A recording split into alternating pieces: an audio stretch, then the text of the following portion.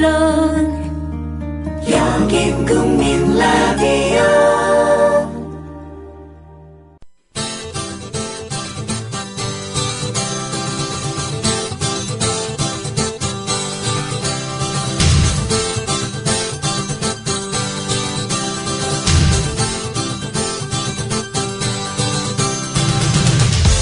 투박하지만 정직하다. 비평을 비평하는 남자 서영석. 그가 바라본 세상. 사설과 칼럼을 통해 오늘을 짚어본다. 서영석의 라디오 비평. 안녕하십니까, 서영석입니다. 동부전선 총기 난사 사건 결국 역시나로 끝났습니다. 나라를 믿고 군에 보낸 생태 같은 아들이 차가운 죽음으로 돌아오고 수색대끼리 총격을 벌이고 군은 각종 거짓말, 은폐작전으로 무리를 빚고 있는데도 국방부 장관을 비롯해 책임 있는 높은 분들의 모습은 찾을 길이 없습니다. 대개 군에서는 이런 이야기를 합니다. 공은 부하에게 돌리고 책임은 내가 진다. 그러나 대한민국 비겁한 별들을 보면요, 공은 내게 돌리고 책임은 부하들이 진다. 이런 이야기가 더 맞는 것 같습니다. 이번 사건으로 구속된 소초장의 제목 웃깁니다. 어려운 현장에서 부하들과 함께하고 이를 극복하기 위한 재반 조처를 해야 하는데 그 지휘 책임을 다하지 못한 과오라고 합니다. 그러나 근무지 이탈이나 부하들과 어려움을 함께 극복하지 못한 그 죄로 말하면 김관진 전 국방부 장관이야말로 가장 중에 어떤 아닙니까? 김관진, 그는 사건 발생 20일쯤 전에 국가안보실장으로 지명을 받았지만 사건이 일어났을 때는 분명히 국방부 장관 김임미였습니다. 이의 우선순위를 따져봐도 총기 난사 사건 처리에 진력하는 게 마땅했지만 그는 국가안보실장 지명을 핑계삼아 현장을 떠나 인접처소로 피신했습니다. 그 인접처소 청와대죠. 김관진이 여전히 국방장관이었음을 국민이 세상 깨닫게 된 것은 세월호 참사 진상규명을 위한 국회 국정조사 도중 국방장관 이임식을 하겠다면서 국회를 떠나면서 이제 저 사람 국방장관 물러나는구나. 지금까지 국방장관이었구나 라는 사실을 알게 됐죠. 물론 일선 소대에서 일어난 사건까지 국방장관이 온전히 책임질 수는 없는 노릇입니다. 하지만 김관진은 국민에게 책임을 통감한다며 머리를 숙이는 최소한의 예의도 보이지 않았습니다.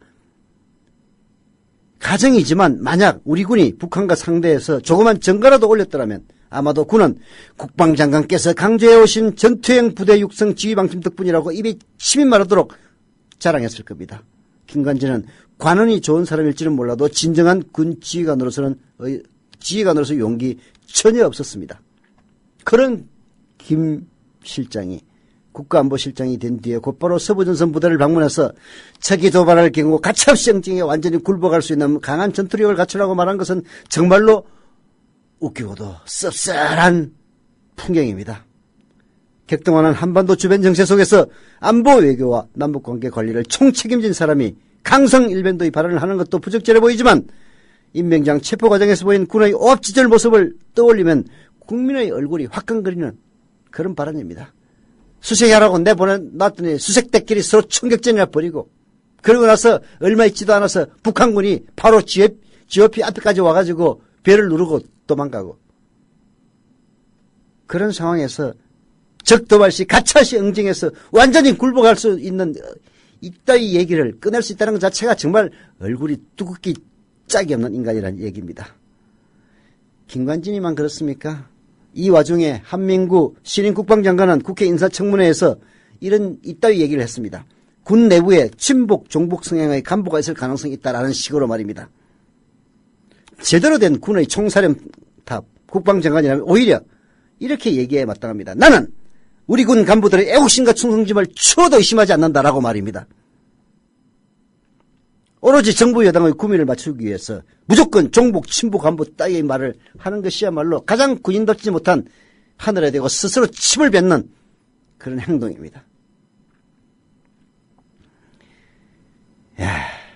신임 국방장관 취임하면서 온갖 정군 지휘가 회의다, 대통령과의 오천이다 바빠집니다. 군의 혁신, 특단의 쇄신 이런 말들 나옵니다. 하지만 그런 말만으로 목표가 이루어지겠습니까?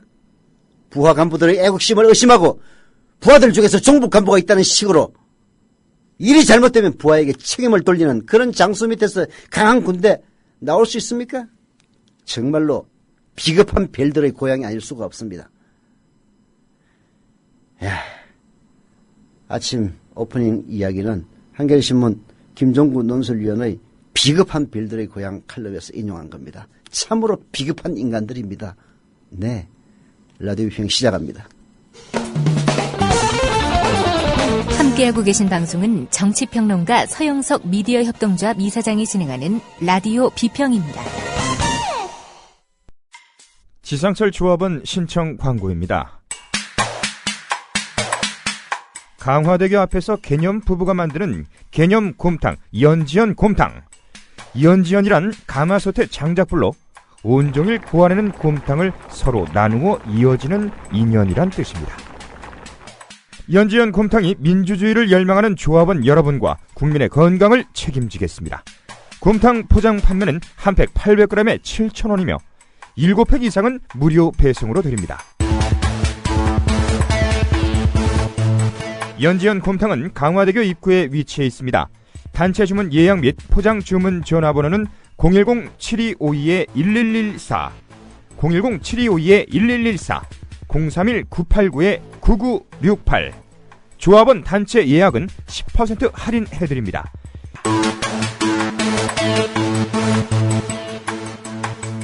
포장 판매 금액의 10%는 국민TV 후원금으로 쓰입니다.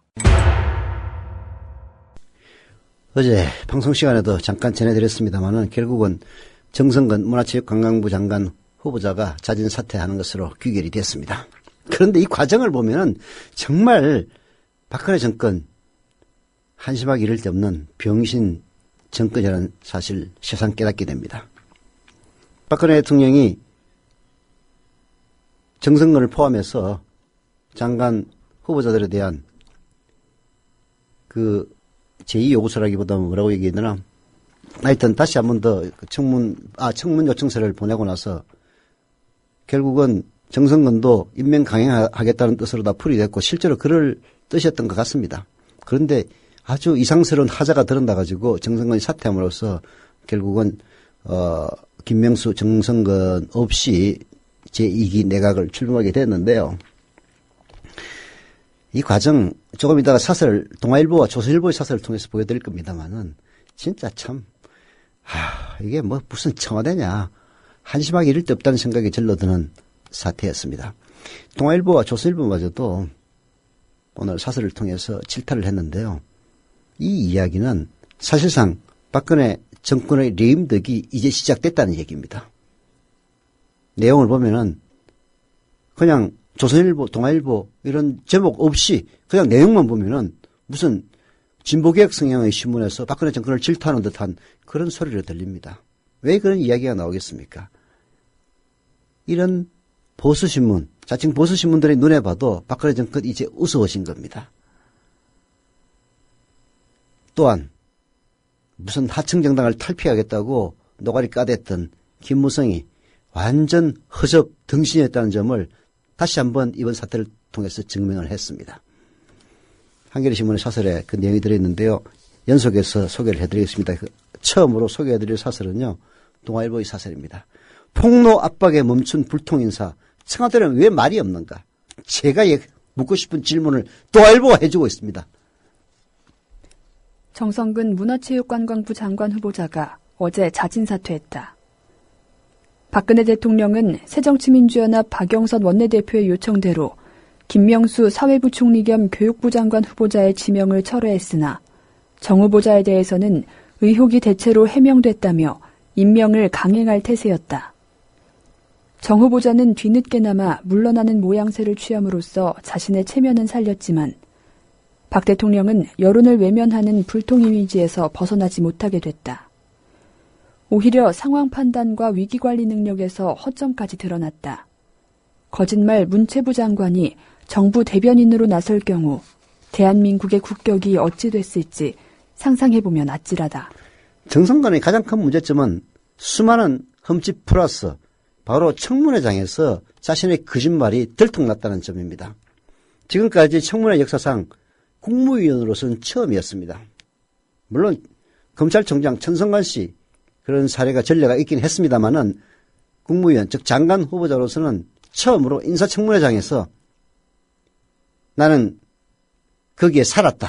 그 아파트에 살았다라고 한 말이 끝나자마자 바로 그 아파트에 실제로 살았던 사람의 말이 녹취록이 녹음 파일이 공개됨으로써 정성근을 궁지에 몰아넣었죠. 그리고 그렇게 되면 내가 거짓말을 했다는 이야기인데 아니 사실을 인정하라고 그랬더니 해설을 하고 자빠졌어요. 그런 거짓말 장관이 정부 대변인을 하게 됐다면은 진짜 동아일보 얘기가 아니라 우리나라 국격이 어찌 됐을지 아찔한 일입니다. 정 전 후보자는 문화계에서 인정하는 경륜과 능력을 지닌 인물도 아니었다. 그가 전격 사퇴한 데는 야당에서 입에 담기조차 싫은 제보를 언급하며 추가 폭로를 예고하고 일부 방송사가 취재에 들어간 것이 결정적이란 얘기가 나온다. 인사검증 과정에 구멍이 뚫렸음이 또 확인된 것이다.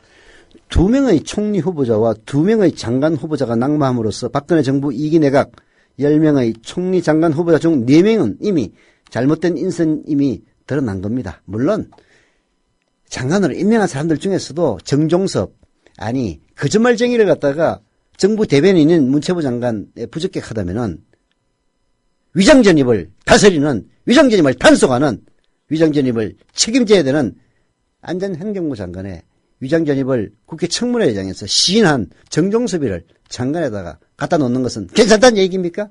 이미 임명된 장관들도 문제 많습니다. 잔디밭에다 고추를 심었던 그런 장관도 있지 않습니까? 여하튼 이미 임명된 인간들이야 일단 제치고서라도 10명 중에서 무려 4명이 낙마했다는 거. 잘못된 인선이었음이 그냥 명백해진 겁니다. 사상 초유의 인사 실패에 대해 박근혜 대통령은 물론이고 청와대 인사위원장인 김기춘 청와대 비서실장을 비롯해 어느 누구 하나 사과도 설명도 없는 것. 정말 아무리 양보하고 또 양보한다 손 치더라도 이해하기 어려운 일입니다. 그제도 청와대가 아무 이유도 되지 않은 채 김명수 전 후보자의 지명을 철회하고 새 교육부 장관 후보를 지명했다고 발표한 것은 그야말로 국민을 무시하는 처사가 아닐 수 없습니다. 박 대통령은 그제 새누리당 신임 지도부를 초청해 야당이 정부와 청와대를 비판하는 것은 어쩌면 당연한 일이지만 여당이 비판하면 정부는 일을 하는데 힘을 잃게 된다고 말했다. 그러나 김무성 대표로부터 전임 지도부처럼 예스맨 역할만 기대하다가는 함께 벼랑에 몰릴 수 있음을 알아야 한다. 당장 인사와 관련해 외부에 안 좋은 여론이 있다는 얘기를 듣고서도 문제를 문제로 여기지 못한 청와대의 인식과 한계가 답답할 따름이다.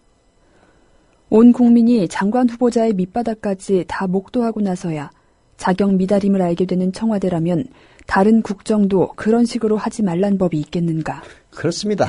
김명수의 경우가 바로 그 얘기입니다. 온 국민이 장관 후보자의 그야말로 그 밑바닥까지 모두 다 두 눈으로 확인하고 났어야 자격 미달임을 알게 되는 청와대라면 다른 국정도 그런 식으로 하지 말란 법 없습니다. 이것은 결국은 그 세월호 참사의 와중에서도 7시간이나 박근혜 대통령의 행방을 알지 못했던 그리고 감히 물을 수도 없었던 심지어는 청와대 비서실장인 김기춘마저도 물을 수 없었던 바로 그것이 이유입니다. 인사가 잘못됐으면 박근혜 대통령이 가서 잘못됐다. 이건 처리해야 된다. 얘기를 해야 되는데 어느 누구도 그 앞에 가서 입도 뻥끗 못한다는 얘기 아닙니까? 야당 대표나 혹은 여당 내에서 야당을 자부했을 때는 그런 것들이 별 문제가 아니었을지 모르지만은 현재 대통령으로 재임하고 있는 상황에서 그따위 일이 일어난다면 정말 이런 인간에게 이 나라의 대통령직이라고 하는 중요한 직을 계속 맡겨야만 하는 것인지 의문이 일지 않을 수가 없는 일입니다. 어제 제2기 내각이 출범했지만 황우여 교육부 장관 후보자는 청문 절차가 남아있고 문화부 장관 인선은 원점으로 돌아갔습니다. 정부 출범 전부터 인사 문제로 숱하게 국민을 실망시켰던 청와대가 이제 와서 인사청문회나 제도 탓이나 해서는 국민의 공감 얻을 수가 없습니다. 4월 16일 세월호 참사가 터진 뒤 국가 개조를 다짐하며 인적 쇄신을 외쳤지만 달라진 바가 없는 스스로를 돌아보기 바란다라고 심지어는 통화일보도 사설해서 촉구하고 있습니다. 박근혜 대통령은 경제 살리기 비정상의 정상화 적폐설을 강조하면서 나는 개인 욕심이 없다고 말했다고 합니다. 그렇다면 더더욱 의리와 충성을 인사기준으로 삼는 그런 비선인사, 수첩인사, 측근인사로 국정의 골든타임을 허비하는 일이 되풀이 돼서는 안 될 것이다 라고 동아일보가 촉구하고 있습니다. 오죽했으면 동아일보가 이런 사설을 쓰겠냐고요. 박근혜 대통령 반성 좀 하세요.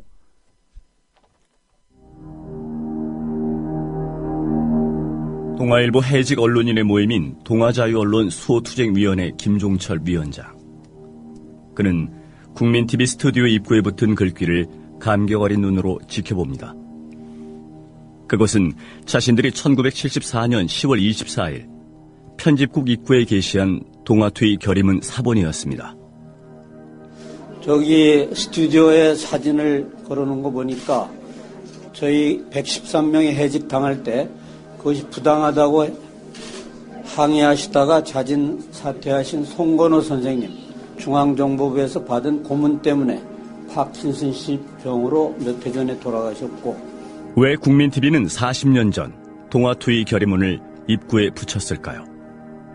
그 투쟁 정신을 이어받아 공정 언론을 건설하겠다는 의지 때문입니다. 이것이 어디 미디어 협동조합 몇몇 임직원만의 숙제이겠습니까?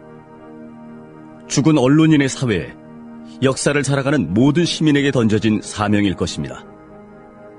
미디어 협동조합의 조합원이 되주십시오.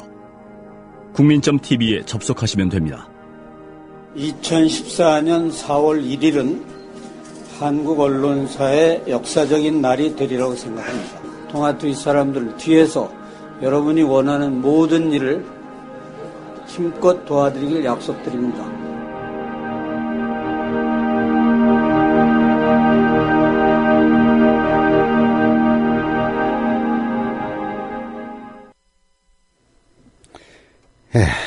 사브 3814님, 제 시간에 조합원 가입하시고 그리고 출전까지 나유해 주셨습니다. 감사드립니다. 그리고 충남 예산군 대술면에 세월 뒤엔 세월 후엔 님, 뭐 두 개로 돼 있는데요. 혹시 잘못해서 더블로 등록된 게 아닌가 하는 느낌도 드는데요. 여하튼 조합원 가입하셨습니다. 감사드립니다.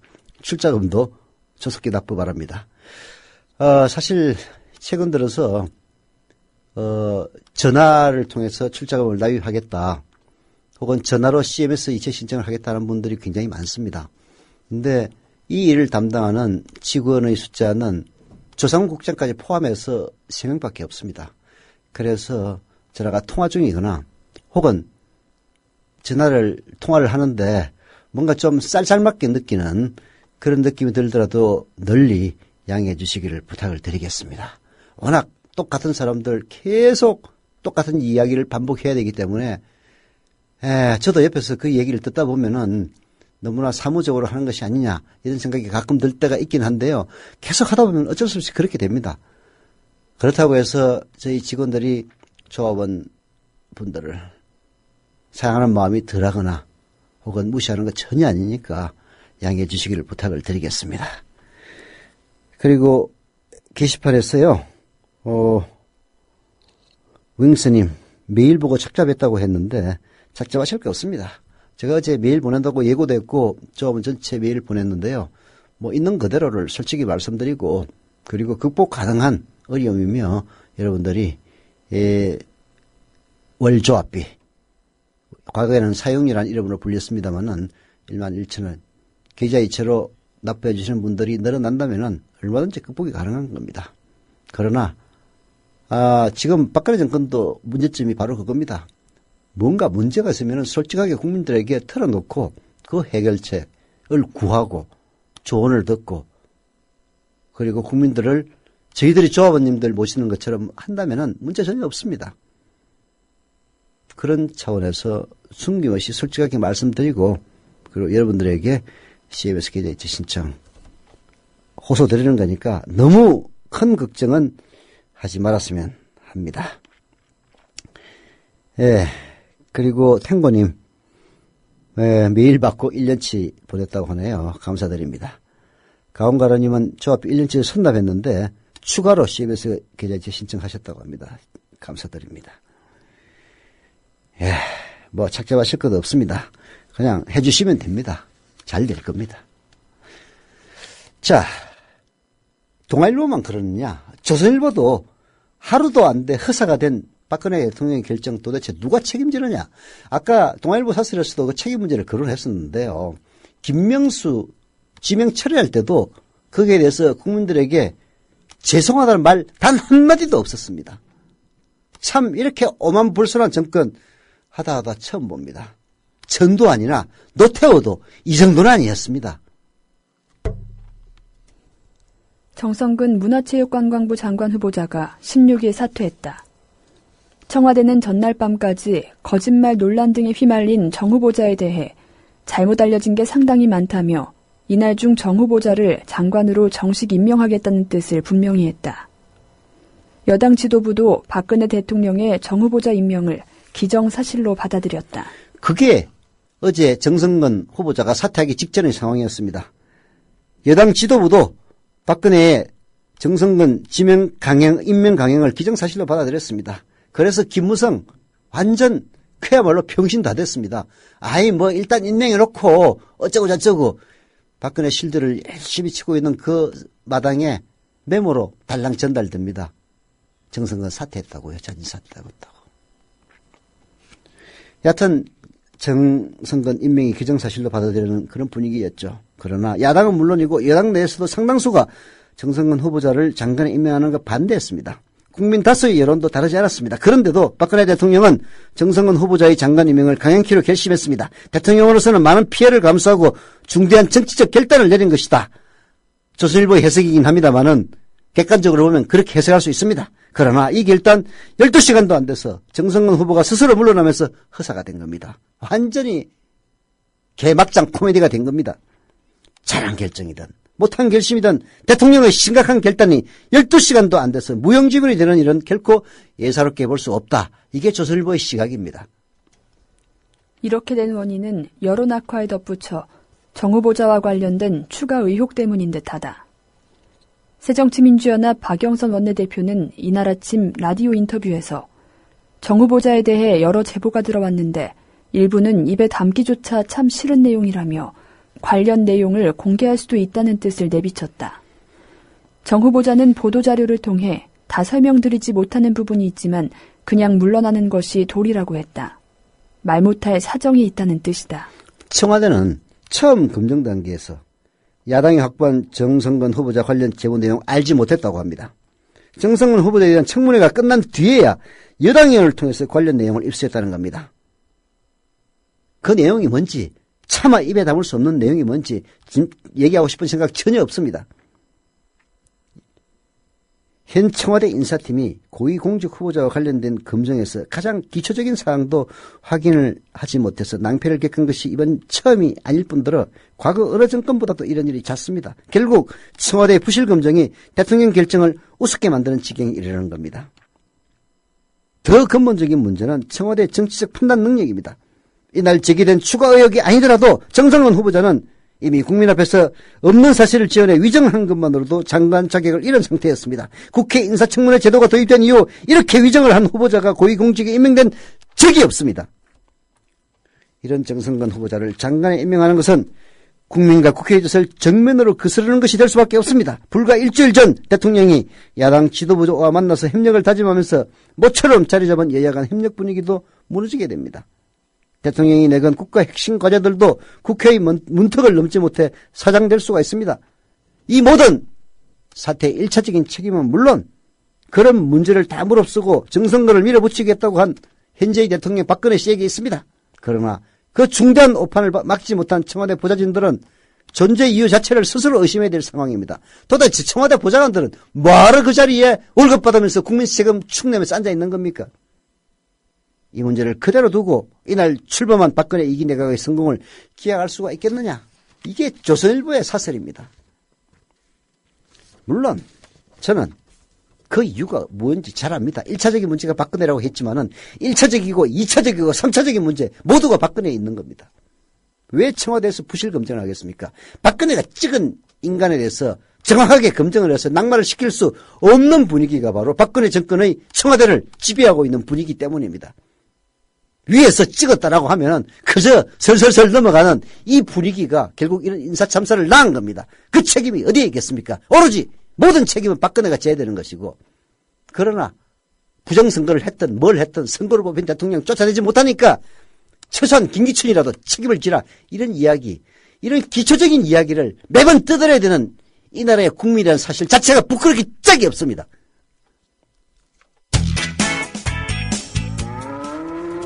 여보, 국민TV 조합비 이제 낼 때가 됐다고 하는구만요. 오, 그려. 그 국민TV도 개국하고, 그 뉴스K도 하던지. 달달이 11,000원 내는 거 맞죠? 11,000원만 내지 말고 좀 더 혀. 이 새싹이 돋아날 때는 물을 충분히 줘야 하는겨. 아이, 근데 인터넷으로 하려니까 보통 어려워서 뭔. 공정 언론을 꿈꾸는 미디어 협동조합 조합원이 해야 할 일. 조합비 납입입니다. 매달 고정 납입 어려우신가요? 월요일부터 금요일까지 아침 9시부터 저녁 6시까지 서울 전화 3144-0933, 3144-7737로 전화하세요. 사무국 요원들이 친절하게 안내해드리겠습니다. 서울 전화 3144-0933 또는 3144-7737. 여기는 진짜 언론, 미디어 협동조합입니다.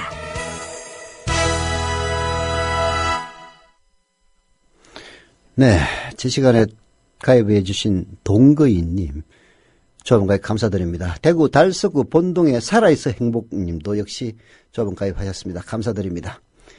예, 출자금 납입도 곧 하시리라고 믿습니다. 게시판 보니까 광주 도심에 헬기가 추락했다고 합니다. 인명피해가 있을 것 같다고 하는데요. 참, 이 안전 불감증 정말 답이 없습니다. 답이. 또 게시판에 궁금해님은 워싱턴 발로 박근혜 외교안보팀의 지적 수준이 낮다. 오바마 행정부는 박근혜 대통령이 인근에 사고만 치지 말았으면 한다. 이런 식의 뉴스도 들어오고 있습니다. 국격상실. 청문회에서 위정한 인간을 정부 대변인인 문화체육관광부 장관으로 밀어붙이려던 박근혜 대통령의 정부니 국격상실 당연한 것이 아니냐 이런 이야기 할 수도 있겠지만은 이런 기사 보면 화부터 납니다. 예, 좋은 한기님 늦었지만 CBS 기자 입체 신청하셨다고 하네요. 감사드립니다. 한겨레 신문은 박근혜 대통령도 그렇지만은 그야말로 김무성 대표가 가장 참 병신됐다. 그런 이야기를 하고 있습니다. 오기 대통령과 허풍 김무성 대표 들어보시죠. 정성근 문화체육관광부 장관 후보자가 16일 사퇴했다. 하루 전까지 강한 집착을 보이던 그가 돌연 사퇴한 이유는 정확히 알 수 없다. 야당의 추가 폭로 소식에 무릎을 꿇었다는 관측과 비판 여론이 예상보다 험악하자 청와대가 나섰다는 분석이 교차한다. 어쨌든 국회의 정 후보자 인사청문회 보고서 재송부를 요청하고 임명을 강행하려 했던 박근혜 대통령은 체면을 구기고 5기 인사란 오명만 추가하게 됐다. 박 대통령은 이번 인사참사 국면에서 신상털기를 비판하며 인사청문회 제도 개선을 요구했다. 마치 인사청문회가 인사실패의 모든 원인인 양 제도 탓만 해댔다. 정 후보자는 숱한 결함에 더해 청문회에서 뻔뻔한 거짓말을 하다 들통나 결국 사퇴에 이르렀다. 인사참극의 근본 원인은 자질 부족 인물을 인선하고 문제점도 걸러내지 못한 청와대의 과오에 있다. 부실 인선과 검증 소홀의 문제를 청문회 제도 탓이라고 우기는 건 번지수를 잘못 찾은 엉뚱한 진단이요. 비판의 화살을 벗어나려는 무모한 책임 회피다. 박 대통령이 신중하게 인선하고 철저하게 검증해야 한다는 교훈을 얻지 못하면 인사참극은 앞으로도 되풀이될 것이다. 여기까지 얘기는 오기 대통령, 박근혜 대통령에 대한 조선일보나 동아일보의 사설과 귀를 같이 합니다. 이 다음부터는 바로 김무성에 대한 이야기입니다. 참, 김무성 완전히 체면 다 구겼습니다. 들어보시죠. 청와대 눈치 보기에 급급한 김무성 새누리당 대표의 처신도 짚고 넘어갈 대목이다. 그는 전당대회에서 자생력 있는 여당을 내걸고 당선됐다. 청와대에 할 말은 하겠다고 거듭 약속했다. 김 대표의 언행을 보면 이런 다짐이 모두 빈말이었음이 드러난다. 김 대표는 이날 아침 회의에서 이런 인사 안 된다는 의원들의 비판을 무마하는 데 진력했다. 몇몇 라디오 인터뷰에서도 결국 인사권자의 뜻을 존중해서 한번 가보는 것이 도리 아니겠느냐며 박 대통령의 정 후보자 임명 강행에 힘을 보탰다. 청와대의 국민 목소리를 똑바로 전하고 직언을 하기는커녕 여론을 호도하고 청와대 방패막이를 자처한 것이다. 네. 풍우동조라고 했나요? 5월 동조가 아니라 풍우동조라는 말을 썼습니다. 결국 바람, 풍, 비우 서로 티격태격하지만은 같은 배를 탄 공동운명체다. 김무성 그런 이야기를 했죠. 그래서인지 그 잘못된 박근혜 인사를 방패막이 하기에 급급했습니다. 이런 인사는 안 된다라는 의원들의 비판을 오히려 무마하기에 애를 썼고 라디오 인터뷰에서도 인사권자의 뜻을 존중해서 한번 가보는 게 도리 아니냐 이따위 식을 얘기했습니다. 그러나 그 결과가 어땠습니까? 그렇게 갔습니까? 김무성. 그렇게 청와대를 위한 방패막이를 해놓고 나서도 청와대로부터는 철저한 소외 그리고 무시당하는 모습을 노출했습니다. 정성은 후보자 사퇴 소식도요. 회의 도중 보좌진의 메모를 통해서야 뒤늦게 접했다고 합니다. 청와대를 보호하는 수비수를 발벗고 나섰지만 정작 청와대로부터는 아무런 사전 정보나 기띵도 받지 못한 것입니다.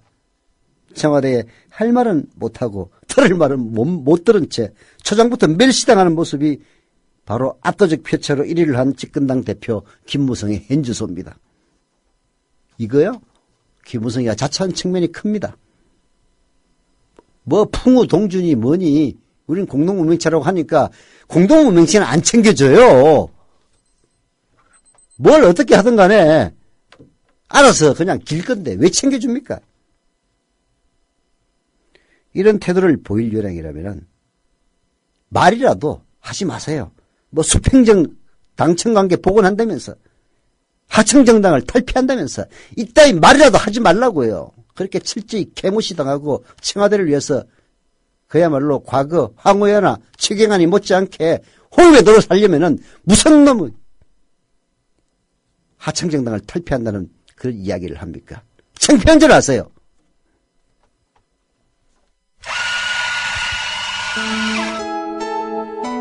조합원을 위한 만남의 공간 국민 카페를 아시나요? 질 좋은 원두로 만든 커피 그리고 다채로운 음료는 기본이고요. 각종 공개 방송 우리 사회의 건강한 지식인이 펼치는 따뜻한 특강이 펼쳐지고요. 저는 저 목사님이 신도들 많고 믿으십시오 할 때라든가 정부의 논법은 믿음의 문제가 아니고 특히 이 안보는 하나의 수리이자 학이다. 즉 과학이라고 얘기를 했습니다. 특히 최재민, 김민기의 DD쇼가 열리고요. 지금은 굉장히 자유인 같은 자유롭고 내가 한 시민으로서 내가 어떤 말이든 할 수 있는 사회가 됐으면 좋겠고 서울 마포구 월드컵로 37 미디어 협동조합이 세운 카페 국민 카페로 여러분을 모십니다. 네, 광고하겠습니다. 돌아온 오해숙 생활단식. 오해숙 생활단식에서 이번에 지사를 모집한다고 합니다. 대한민국 성인 남녀의 최대 관심사 중 하나인 비만과 성인병 예방에 좋은 단식. 제가 작년에 이어서 올해도 해봤는데 올해는 무려 본단식 30일 포함해서 80일간 단식을 했습니다. 아주 좋습니다. 그 단식 적은 자본금으로도 사업을 시작해 볼 수 있다라고 하네요. 문의 전화는 010-2013-8575 010-2013-8575 오해숙 생활단식으로 연락 주시면 됩니다. 예, 광고했습니다. 남은 시간 동안에는 지필노동자 이라영 씨가 한겨레에 쓴 일시적 생존자의 연대 세월호 이야기입니다. 잭 런던의 소설 강철군하에서 주인공 어니스트의 아내이며 화자인 에이비스가 정의, 라이트는 법과 관계가 있지 않나요? 라고 묻자 어니스트는 첫 글자를 잘못 썼어요 라고 답한다. 힘, 마이트란 말인가요? 라고 에이비스는 다시 되물었다. 현실에서 힘과 정의는 잘 구별되지 않을 때가 많다. 그렇습니다. 현실에서 힘과 정의는 마이트와 라이트는 잘 구별되지 않은 경우가 많습니다. 이라영 씨 이렇게 얘기하네요. 원고 대피를 비롯하여 연구 용역비 등의 문제로 오래전에 관계를 끊은 교수가 있다고 합니다. 전국에서 양심 없는 김명수 정말 많습니다. 당시 교수의 부당한 노동 착취 때문에 이 이라영 씨가 입을 열었을 때 아무도 자기 옆에 없었다는 겁니다. 뒷담화에는 참여하던 사람들이 정작 제대로 문제제기를 하려 하자 모두 입을 다물었다는 겁니다. 옳지 않은 줄은 알지만 권력에 눌려서 결국은 몸을 사리던 선배들을 보면서 배신감의 쓴맛을 본 시절이 있었다는 겁니다. 시간 강사 자리라도 유지하려면 함부로 학교에 밑보이면 안 되니까 그렇게 침묵하겠지 싶다가도 바로 그 침묵이 악을 활개치게 만든다는 사실 때문에 분노했다는 겁니다. 이라영 씨의 분노는 모든 조직원 사이에서 올바름을 추구하는 사람들이 분노입니다. 뒷담화에는 참여하다가 정작 문제 제기를 하면 다 뒤로 물러서는 이 현실. 그런 침묵이 오히려 악을 더 활개치게 한다는 사실 알면서도 나는 그런 이야기를 해서 피해받기 싫다. 이기주의가 판치는 거죠. 부당한 착취 앞에 침묵하면서 같은 학교라고 뭉치면 그게 의리인가? 의리 열풍이라고 한다. 한 광고에서 시작된 요즘의 열풍이 아니라도 이 의리가 호출되는 방식은 의아할 때가 많다. 의리는 오름을 다스리는 행동이 아니라 주로 패거리를 정당화하기 위해 써먹는다. 아무 상관없는 사람들이 단지 같은 지역과 같은 학교 출신이라는 이유로 모임을 갖고 집단을 형성한다. 각종 향후회와 동문회가 그렇다. 의리를 지킨다고 하면 옳은 길을 선택한다는 의미가 아니라 내 사람을 지킨다는 뜻에 가깝다. 정의도 연대도 아닌 패거리다. 의리와 연대는 다른 겁니다. 세월호 참사 청년 학생들이 진상을 규명해달라며 걸어서 국회까지 갔습니다. 이 모습을 보고 따라 나선 시민들, 저녁 식사를 준비한 마을 주민들, 그들이 바로 옳은 길을 선택한 사람들입니다. 민족, 고향, 학교 등으로 얽힌 인간관계를 관리하는 것은 인맥 보험이지 옳은 길과는 무관합니다. 그래서 이라영 씨는 7월 30일 치러지는 재보궐선거에서 가장 관심을 가지는 지역은 김덕중 후보자가 출마하는 평택이라고 합니다. 쌍용차 해고 노동자 김덕중은 자신이 말했듯이 살아남은 해고 노동자입니다. 해고 이후 당사자를 비롯해서 가족들의 죽음 이어졌습니다. 해고 노동자의 국회의원 출마는 우리 삶의 모든 세월호에서 살아남은 이들의 투쟁을 상징합니다. 그래서 저는 이라영 씨와 마찬가지로 김덕중 씨가 평택을에서 당선되기를 소망합니다. 조국 씨가 왜 거기 가서 김덕중 선거운동을 해주겠습니까?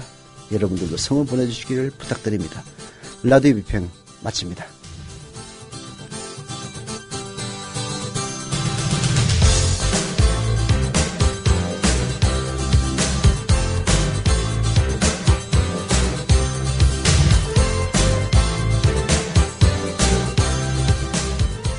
야